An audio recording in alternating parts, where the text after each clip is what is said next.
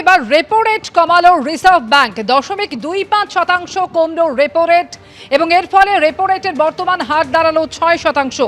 Repo rate কমায় বাড়ি গাড়ির ইএমআই কমার সম্ভাবনা। আজ সাংবাদিক বৈঠকে রেপো রেট কমার ঘোষণা করেন আরবিআই গভর্নর। রেপো রেটের বর্তমান হার দাঁড়ালো 6%, 0.25% রেপো রেট কমালো আরবিআই এবং এর ফলে বাড়ি এবং গাড়িতে ইএমআই কমার সম্ভাবনা। আজ সাংবাদিক বৈঠকে রেপো রেট কমার কথা ঘোষণা করেন RBI governor.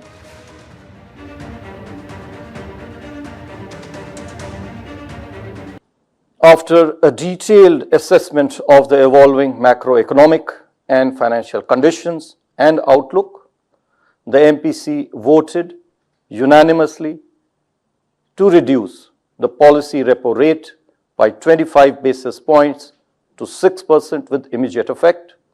I repeat, the MPC voted unanimously to reduce the policy repo rate by 25 basis points to 6% with immediate effect.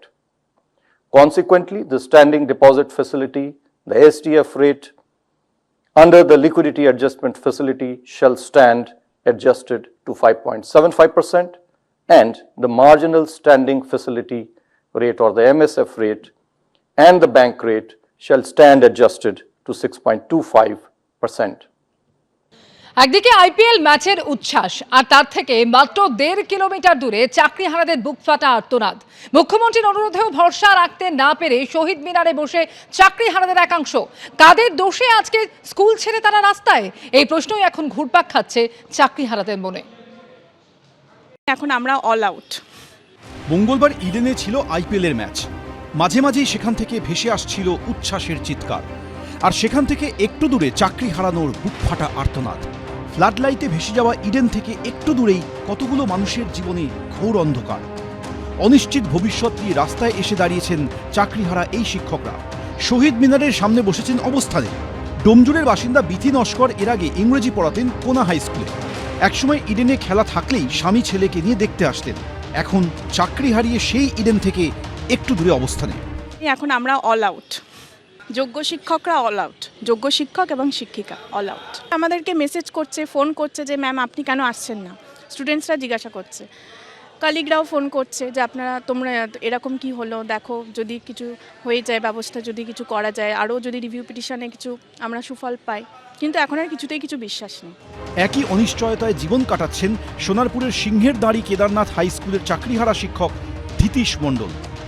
বন্ধু মহলে একেবারে খেলা পাগল হিসেবে পরিচিত ধীতিশ মণ্ডল শুধু আইপিএল নয়, ইডেনের প্রায় সব ম্যাচেই আসতেন। চাকরি হারিয়ে এবার জীবনে আর বাকি রইল না কিছুই।